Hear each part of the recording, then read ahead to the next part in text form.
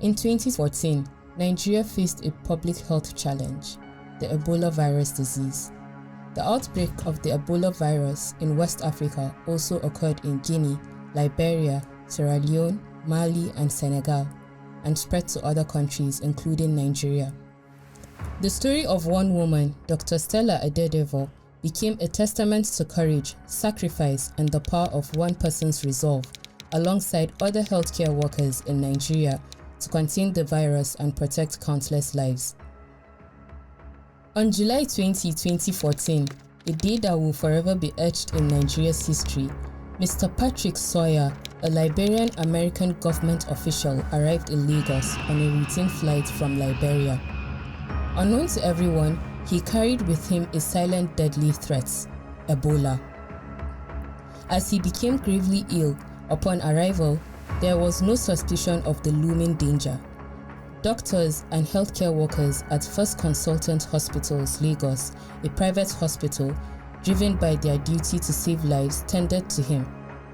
For 2 days, they treated him with care and compassion, unaware that the healthcare workers were on the front lines of a battle they never expected. When Ebola was finally suspected, it was too late.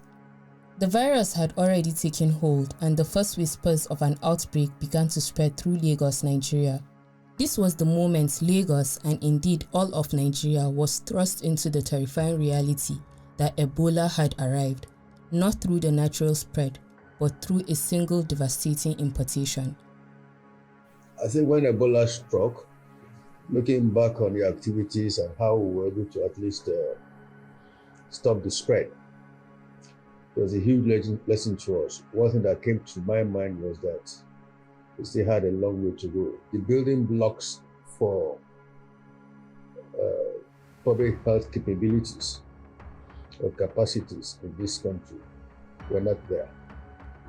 The Ebola outbreak really opened our eyes to how crucial robust infection prevention and control measures are within our health care system. One of the biggest issues we faced back then was the lack of trained infection prevention and control professionals, both in the hospitals and at the state ministries of health. And how did this gap show itself? It showed itself in the nosocomial nature of that outbreak. And you'll notice that a lot of health workers were infected relatively to the numbers. This was the dawn of a nightmare, an unfolding crisis that would test the nation's resolve, ignite ethical debates, and send waves of panic through the population. Dr. Stella Adadevoh, who was a senior consultant at First Consultant Medical Center in Lagos, alongside other healthcare workers, made a decision that will save countless lives. So over the past decade, I think her sacrifice and her legacy have done a lot to highlight the importance of safeguarding our health sector by making sure that our health facilities are safe places for health workers to operate, for patients to seek care, and generally for the environment to be conducive for the quality of care that we expect.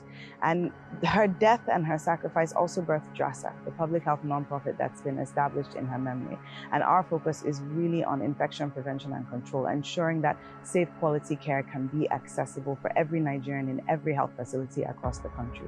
But we're not doing this alone, of course. We're supporting the National IPC program. There's so many others who have now understood the importance of infection prevention and control for the health sector. And I think that is what is something we should celebrate, the progress that has been made. But we also know that there's still a lot of work to be done.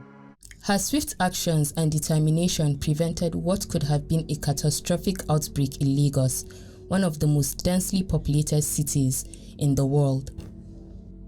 What she exhibited was character, courage, and selflessness. She is a true heroine. She put the health of the nation above her personal safety. What this did was that it inspired our university to go on and develop a curriculum to train a new cadre of staff, infection prevention and control practitioners, whose job is to make sure that health institutions are safe. and are ready for epidemics. We hope that as we bring out these new cadre of staff, no healthcare worker will ever have to pay for their lives with their lives to prevent an epidemic. We also hope that with this new cadre of staff,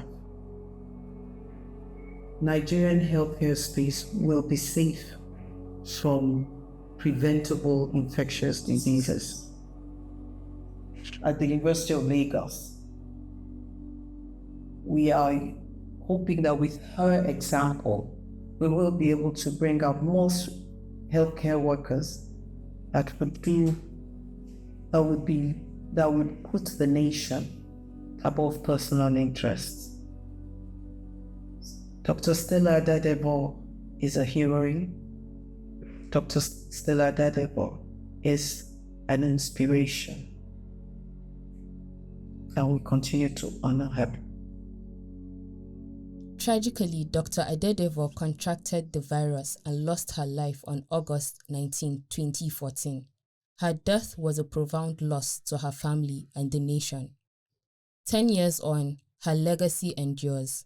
Dr. Stella Adadevoh's bravery is remembered not just as an act of heroism, but as a lesson for future generations.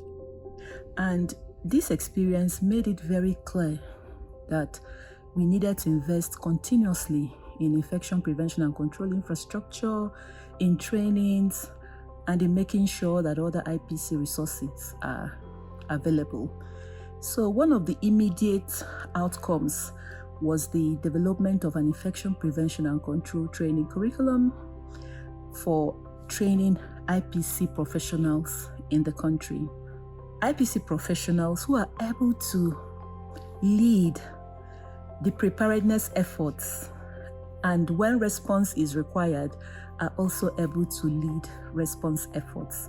So they keep the system resilient to handle and provide safe care in routine times, and during outbreaks to have a system that's robust enough to make sure that at least our hospitals do not become places where outbreaks of infectious diseases are amplified.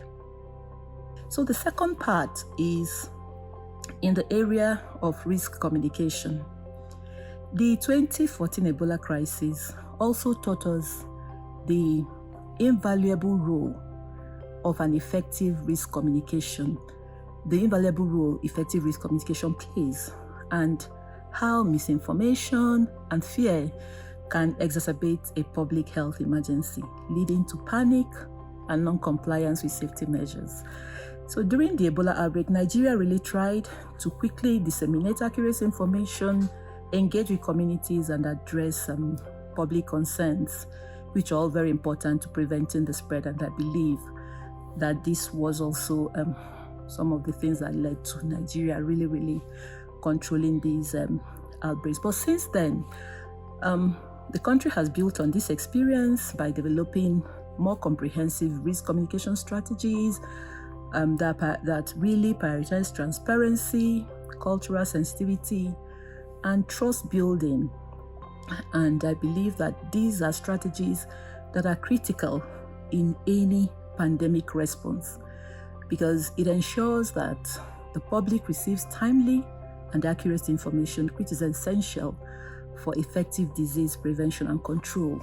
So in a nutshell, with that 2014 Ebola outbreak, it was a loss with the death of icons and heroes like Dr. Adadevoh, but something was gained from that, which is contributing now in making health workers safer, contributing in also making communities safer. But building the culture of preparing for emergency is not easy. It requires money. It also requires understanding. It's science-based. So haven't had that. Leadership and governance is key. And governance is there that you set up processes and procedures to ensure that your plans are well executed. You need to prepare for the occurrence of an emergency or a disaster. And it involves anticipating what you need to do, knowing what you need to do, what resources will you require, what process will you that can help you with it. So those are key lessons here. And luckily again, like it's as if when Ebola occurred, during that 5 years, we didn't learn our lessons here, but later, I think later it was nice. Because then that's the idea of NCDC came up. And like I said, one of my reasons, NCDC was, I think 2000 and, I can't remember the year now, was established. It never got back by law for another 8 years. We had that period when NCDC should have grown better. Because without that law, which is also part of the leadership and governance issue, legislation is key. Because if you don't have a law backing up what you want to set up, you cannot get appropriation for it, that's for me. You cannot get roles and responsibilities by clearing the law, who you can bring in, process and procedure. So legal is key. So leadership, is key. Infrastructure, human resource, diagnostic capabilities, surveillance issues, information and technology too. Then communication, again, whatever you do again, if you don't have any closeness with the community, because the community are going to help you out. So community mobilization and engagement is also key.